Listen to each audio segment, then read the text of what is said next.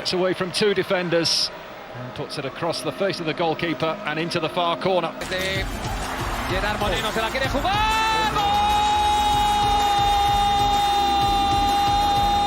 If Alexander Sørloth's career ended after the episode he had in Crystal Palace, you'd consider him one of the most awful strikers to ever reach the Premier League.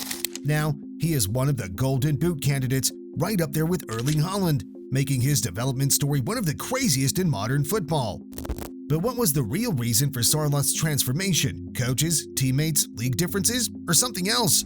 Hello football fans, and welcome to Top Corner TV. In this video, we'll break down how he went from just a couple of goals per season to becoming La Liga's second best scorer.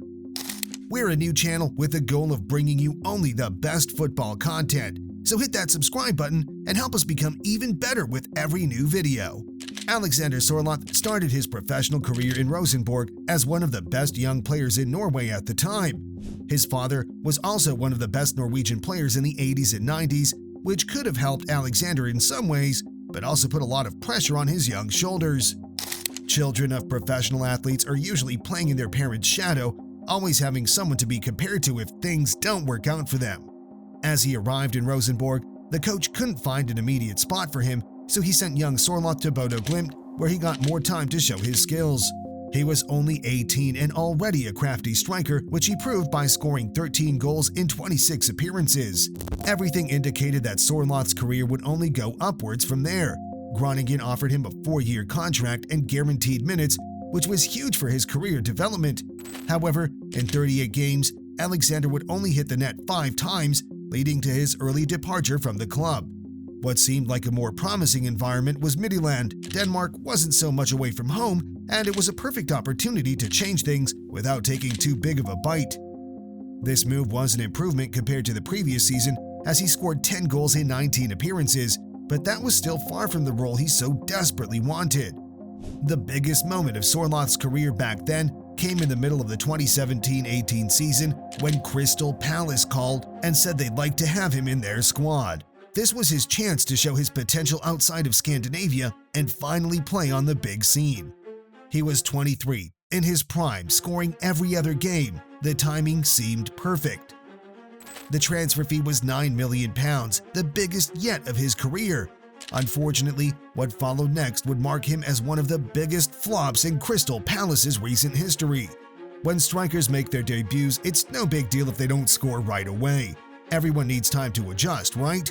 Well, Sørloth took 6 months to score his first goal for Crystal Palace, but that's not the worst part. That was the only goal he scored while with the team, a massive hit to his confidence and, naturally, from the sports media as well. What came next was a series of loans and short-term contracts that would probably make every player start doubting himself. He went from Ghent, where he was still shaken due to the negative experience in England, to Trabzonspor, where he was actually quite good with 24 goals in 34 matches. His time there led to him breaking a unique type of record unrelated to football. Sørloth was an athlete with the most comments on an Instagram post, with over 3.2 million Turkish fans begging him to return to the club. This situation was so crazy that he had to make a statement asking the fans to stop, since his Instagram account couldn't function properly due to too much traffic. Unfortunately for him, this good momentum was stopped due to coronavirus in 2020, and playing well in Turkish league isn't quite the best recommendation if you're trying to get back into the big leagues. However, Alexander didn't lose faith as he continued the grind through Leipzig, where he got enough time and space to show that he was worthy of another shot. Real Sociedad opted for a loan, but that was enough for him to prove he could play in La Liga. Over 2 seasons, Sørloth scored 16 goals in 67 matches, which was still far away from perfect, but showed hints towards something better that was growing underneath the surface. This leads us to our next point, where everything turned in favor of a once rising talent. It wasn't obvious at first, but what might have led to Sørloth's massive improvement was playing in the same league for more than just 1 or 2 seasons. Despite being a young prodigy in his earliest days, he was never given the chance to play and just develop without being pressured about showing instant results. When he joined Real Sociedad, the expectations were not set high for him at all, which gave him 2 slightly mediocre seasons to grow as a player and actually scan the environment. It's not the same when you play year after so many repeating players, staff, refs, and coaches, as opposed to changing leagues, countries, or even continents every season. What also helped him blow up this season was building a relationship with his coach and earning the trust he needed to be given chances even when things weren't going his way. That's actually the key component for every football player's success in the world. You could see how happy his coach was for him after Sørloth's 4-goal performance against Real Madrid, which tells you enough about the locker room atmosphere. Speaking of that performance, how crazy is that a guy who has 4 seasons with 5 or less goals over an entire year scores 4 of them in a single game, and not just against any team, but Real Madrid itself. What makes his feat even more impressive is that it only took him 17 minutes to accomplish. If he ever starts doubting himself again, all he has to do is take a quick look at his clips and remind himself of what he's capable of. Some might say Real Madrid didn't play with full intensity since they had their crown secured, but if you know coaches like Ancelotti, you know they're not just about getting by, but prestige as well. That comeback must have hurt them a bit and cemented Sørloth's performance against Real Madrid as historical.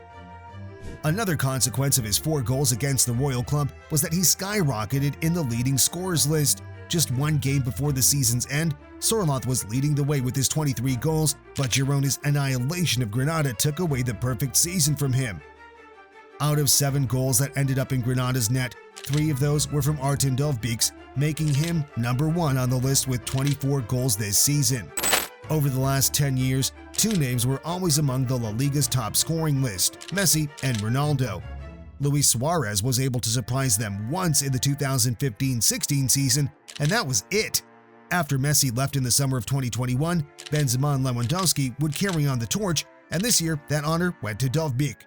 When you take a look at how big these names are within the football universe, only then you realize how far Sørloth has come, from being cast away and loaned around like he was a piece of furniture, to competing for individual awards that were dominated by 2 of the greatest players of our era. This accomplishment should serve as a cornerstone of his career and motivate him to set goals even higher. Despite how crazy it might sound, he could aim for the European Golden Shoe next year if he makes another run like this a little bit earlier in the season. This year belongs to Harry Kane, who scored 36 goals for Bayern Munich and showed everyone he's still among the best players in Europe despite his departure from the Premier League. Although you might doubt Sørloth's chances of scoring so many goals, there are a couple reasons why it doesn't seem like an impossible idea. This was his first year at Villarreal, so he's rightfully earned the coach's trust and will probably get even more minutes and more shot attempts next season. His confidence will probably be through the roof as he'll be entering the season as previously the 2nd La Liga scorer, not someone coming from a loan time in Real Sociedad. And third, despite Sørloth's good run, Villarreal won't be playing any international competitions next year, so he'll have way less matches and more rest time between them, meaning he'll be fresh compared to some of his colleagues from Madrid, Barcelona, and other clubs. Right now, Alexander is locked in under a 5-year contract, so if anyone wants his scoring services, they'd have to pay a massive buyout. Judging by the current state of the transfer market, this isn't likely to happen, so Villarreal can peacefully make preparations for the late summer. Now that Sørloth is being mentioned again as someone highly relevant, it'll be interesting to see how that affects his ambitions. If Villarreal brings in the right amount of help, they could attack Europa League or even the Champions League, but there are plenty of games to be won before those even become possibilities. Knowing how difficult his road to redemption was, Sørloth won't be happy with mediocrity if nothing changes over the next 3 to 5 years, so we might see him switch colors, but also under a condition he keeps up playing in the same rhythm. Repeating or surpassing a season like this one would lead so much attention his way that no club would be excluded from potentially adding him to their squad. Imagine what a journey it would be if he joined a top La Liga or Premier League team. We assume scoring against Crystal Palace would be icing on the cake for Sørloth, who once looked like a lost cause and now has finally found his way. His story serves as a reminder that no matter how bad things can look sometimes, there's always hope for turning your life or career around. You just have to work your way towards building the right set of circumstances, and when the opportunity presents itself, make sure to give all you have to use it properly. That's it for today, dear friends. We hope you've enjoyed this video. Let us know in the comments below, what do you think of Sørloth's season and how many goals do you think he'll score in the next one? Thank you for watching and sticking with us till the end. Make sure you don't miss out on more football stories by hitting that subscribe button See you in the next one.